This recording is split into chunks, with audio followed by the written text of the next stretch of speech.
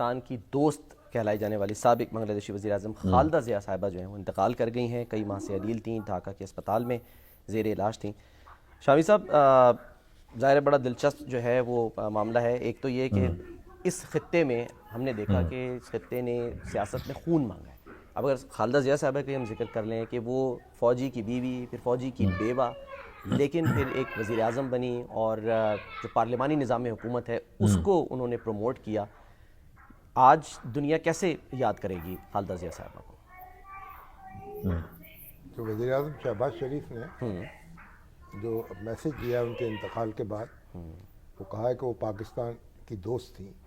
पाकिस्तान अपने एक बड़े दोस्त से महरूम हो गया। हाँ, बेगम खालिदा ज़िया जो हैं वो अपने शौहर के इंतकाल के बाद जनरल ज़ियाउर रहमान जो थे उन्होंने इक़्तिदार संभाला और शेख मुजीबुर रहमान की हलाकत के बाद कुछ देर के बाद और फिर उन्होंने बांग्लादेश नेशनलिस्ट पार्टी की बुनियाद रखी। ठीक।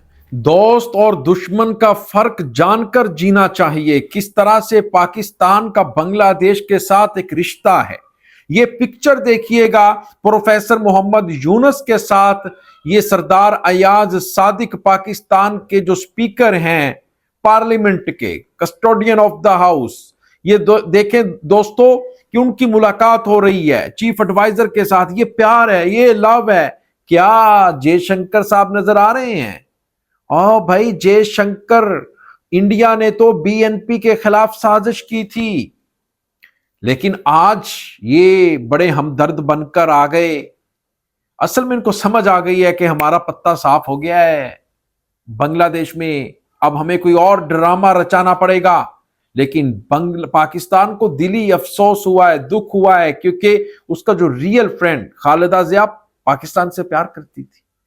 और ये देखें Pakistani media, Pakistani anchors, Pakistani journalist वो भी तस्लीम कर रहे हैं। अस्सलाम वालेकुम दोस्तों, मैं हूं एहसान खान और आप देख रहे हैं यूट्यूब चैनल एहसान रिएक्शन विद एहसान। दोस्तों, आपको बताएं कि खालिदा ज़िया के जनाजे पर पाकिस्तान के स्पीकर अयाज सादिक ने वहां पर शिरकत की और फिर chief adviser professor Mohammad Yunus के साथ भी मुलाकात की। इससे पहले तारिकुर रहमान जो बेगम खालिदा ज़िया के बेटे हैं उनके साथ भी उनकी मुलाकात हुई, अफसोस किया, इजहार ताज़ियत किया उनके साथ।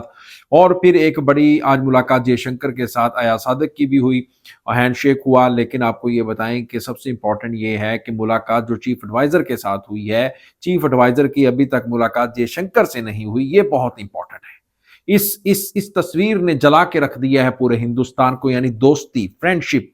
रियल ब्रदर कौन हुआ? पाकिस्तान हुआ, बांग्लादेश का ये साबित हुआ है।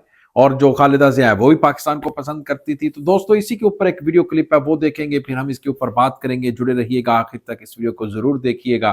3, 2, 1 एंड क्यू। और इस पार्टी की क़यादत उनकी शहादत के बाद उनके हिस्से में आई। ठीक है। तो बेगम खालिदा ज़िया, मैं जब ढाका गया तो उस वक्त वो इलेक्शन कैंपेन जारी थी, तो अच्छा।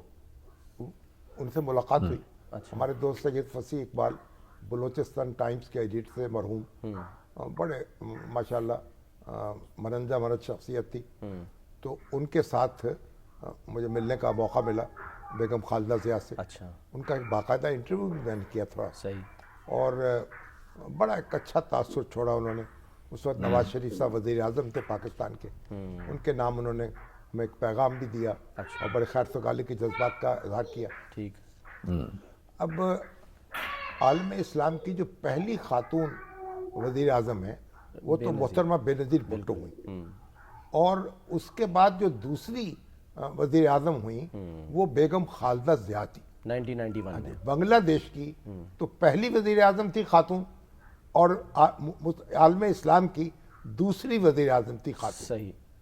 और वो जो देखिए बांग्लादेश की जो सियासत है उसमें एक सेंटीमेंट तो वो है जो मुस्लिम लीग का सेंटीमेंट रहा, और एक सेंटीमेंट है जो अवामी लीग का रहा। अच्छा। तो ये जो मुस्लिम सेंटीमेंट था ना, यानी मुस्लिम लीग कह लीजिए आप, उसको रिप्रेजेंट करती थी बेगम खालिदा जिया। अच्छा। और अगरचे के जनरल ज़ियाउर रहमान जो मेजर थे उस वक्त, और 1965 की जंग है, उसमें उन्होंने बड़ी बहादुरी से लड़ी। उस वक्त वो फौज में थे और पाकिस्तान पाक फौज का हिस्सा थे, और उनको मेरा ख्याल है हिलाल जुर्रत भी दिया गया उसको। अच्छा। इस तरह उनका एतराफ़ किया गया। सही है। और बड़े वो पुरजोश यानी शख्स थे। लेकिन जब वहाँ फौजी कार्रवाई का आगाज़ हुआ तो फिर उन्होंने बगावत की और चिटगांग के रेडियो से ऐलान किया आज़ादी का। जनरल ज़िया ने। जनरल ज़िया ने। ठीक है। और वो जो है पाक यानी हमारी जो फौज थी, जो इसमें जो बंगाली हमारे भाई थे, पाक फौज का हिस्सा थे, उनकी बड़ी तादाद ने वहाँ अलम बगावत बुलंद कर दी। ठीक है। तो इसलिए उनको बांग्लादेश का बानी उनको भी कहा जाता है।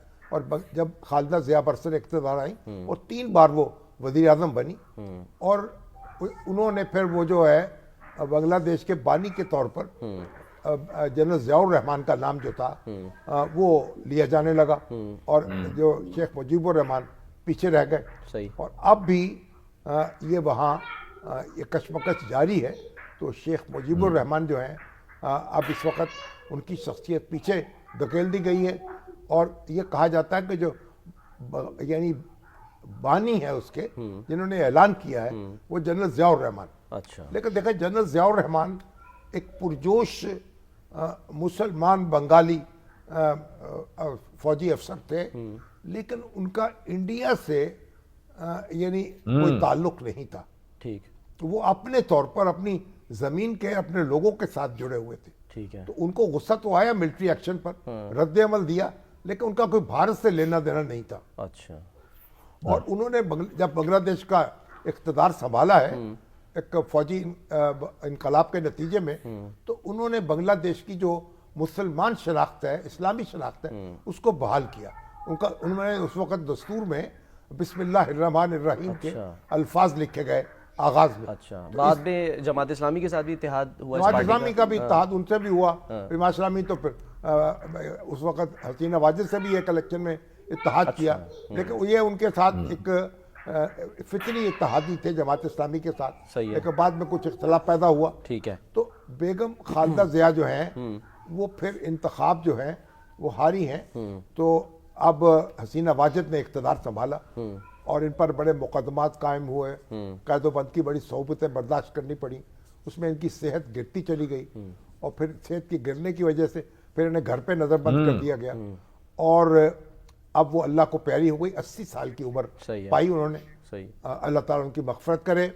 और अब जो उनकी पार्टी है बांग्लादेश नेशनलिस्ट पार्टी, उसकी अब क़यादत है उनके बेटे, एक बेटा, 2 बेटे थे उनके, एक का तो इंतकाल हो चुका। अच्छा। और एक तारक रहमान जो है, जो अभी 25 दिसंबर को वापस आए, जो वापस आए हैं, खत्म तो बड़ा एक लाखों अफराद जो हैं उन्होंने इस्तकबाल किया उनका। सही। और बांग्लादेश नेशनलिस्ट पार्टी जो है अब जो आने वाले इंतखाबात हैं उस पर तवज्जो मरकूज है। इसमें एक सवाल है शामी साहब कि ज़ाहिर खालिदा जिया साहिबा जो कि वन पार्टी रूल के खिलाफ थी, वो चाहती थी कि जी ज़्यादा जो जमातें हैं, वो पार्लिमानी निज़ाम जो था ना, वो बहाल हुआ ना, सदारती निज़ाम ख़त्म हुआ। ठीक है। पार्लिमानी निज़ाम बहाल हुआ, ये कशमकश चलती रही बांग्लादेश। लेकिन अब सवाल ये शामी साहब कि जो लेगेसी है उसको फॉलो किया जाएगा? जो 12 फरवरी को इंतखाब होने जा रहे हैं, उसमें आपको लगता है कि जो पाबंदी है अवामी लीग पे वो हटाई जा सकती है? नहीं, अब पता नहीं, ये तो अब उनका मामला है ज़ाती। ख्याल पाबंदी हटा दी जाए या ना हटाई जाए, इस वक्त अवामी लीग का कोई सही है नजर नहीं आ रहा इस वक्त। ठीक है। और यहाँ जो दूसरी बड़ी जमात है इस वक्त वो जमात इस्लामी है। ठीक है। और उसके साथ अब लोग इत्तेहादी जो तालिब इल्म उनकी तंजीम है, उसका इत्तेहाद जमात इस्लामी से कायम हुआ। ठीक है। और फिर जो दूसरे जंग आज़ादी के उनके हीरो हैं वो भी जमात इस्लामी से मिल रहे हैं। सही है। तो जमात इस्लामी और बांग्लादेश नेशनल पार्टी जो है, लगता है कि इनके दरमियान मुकाबला होगा और इनमें एक हुकूमत बनाएगा और दूसरा अपोजिशन में बैठेगा। ठीक है। बहरहाल तो गोया आप जो सियासत है बांग्लादेश की, इन दो जमातों के दरमियान चल रही है। ठीक है। दोस्तों, आपने ये वीडियो देखी है किस तरह से जनाब पाकिस्तान के जो स्पीकर हैं कौमी असम्बली के सरदार अयाज सादिक, उनकी चीफ एडवाइजर के साथ भी मुलाकात हुई और पाकिस्तान में खालिदा जिया, बेगम खालिदा जिया जो इंतकाल कर गई हैं, उनके लिए कितनी ज्यादा मोहब्बत है, प्यार है, उनको कितनी ज्यादा रिस्पेक्ट की नजरों से देखा जाता है, क्योंकि वो पाकिस्तान के साथ भी प्यार करती थी और वो बांग्लादेशी लोगों के साथ भी करती थी। उसका नज़ारा आज सारी दुनिया ने देखा। इतना बड़ा जो जनाजा है वो जम्मे गफीर है, वो सैलाब आ गया, देखा आपने, ढाका की सड़कें भर गई, बाजार भर गए और लोगों की बड़ी तादाद ने उनके जनाजे में शिरकत की। लेकिन भाई आखिर में खबर, बहुत बड़ी खबर यही है कि प्रोफेसर यूनुस के साथ जो मुलाकात अयाज सादिक की हुई है, ये कोई छोटी मुलाकात नहीं हुई, ये बड़ी मुलाकात है। और लेकिन सवाल उठ रहे हैं कि भाई जयशंकर की मुलाकात यूनुस सरकार के साथ क्यों नहीं हुई। दोस्तों, इसके बारे में आपने सिर्फ कमेंट सेक्शन में बताना है। मिलेंगे आपसे नेक्स्ट वीडियो में, तब तक के लिए अल्लाह हाफिज।